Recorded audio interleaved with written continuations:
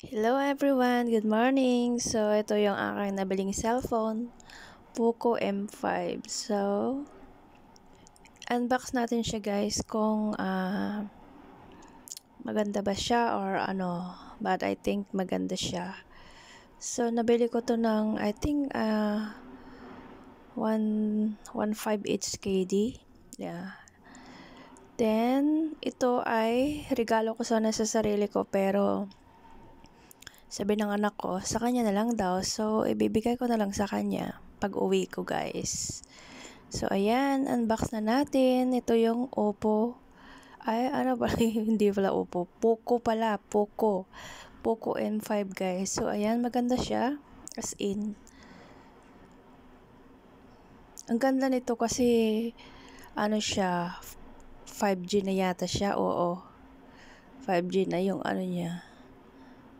Tapos, yung external memory niya is 128 GB yata. So, ayan guys. Open na natin siya. Yung internal memory niya guys is 128 GB.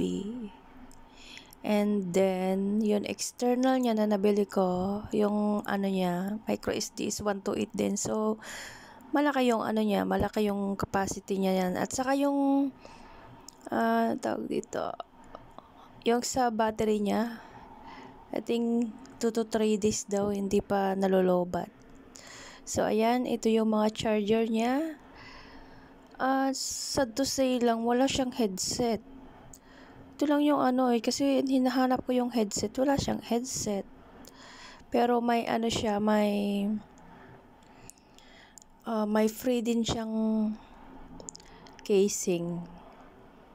So, ayan guys, yun nga lang, wala siyang headset na free. So, okay na rin yun.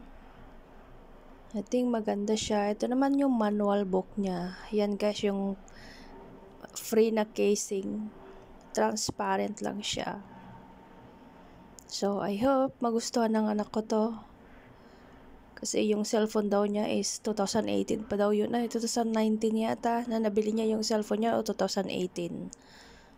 Pero, okay pa naman daw. Pero naghahanghang daw minsan. Kaya, yun. Di bali nang wala akong cellphone na bago, basta meron para sa anak, 'di ba? So okay na 'yun. Masaya na rin ako. So yan, try natin yung casing niya. Yan, fit naman siya. Transparent lang.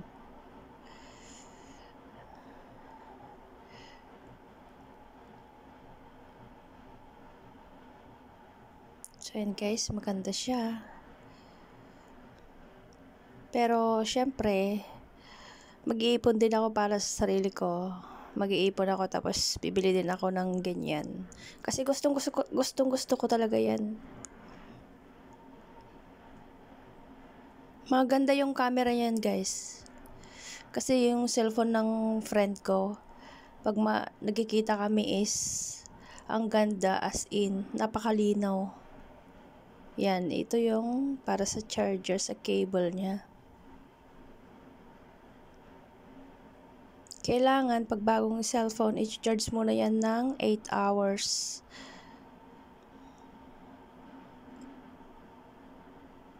So, isi-set muna natin siya guys.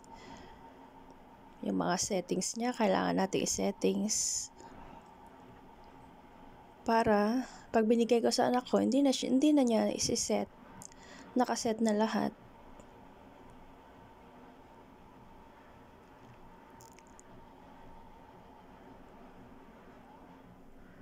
Yung ano niyan, yung tag dito.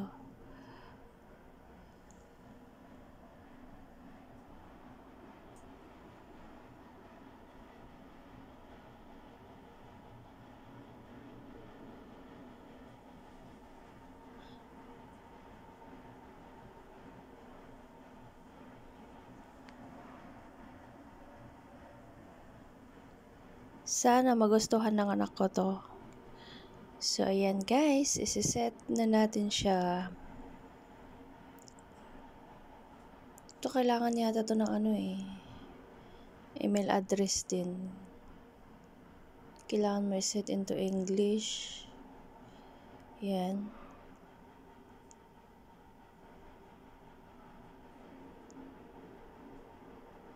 Para pagbigay sa kanya, okay na yan. Hindi na kailangan settings pa.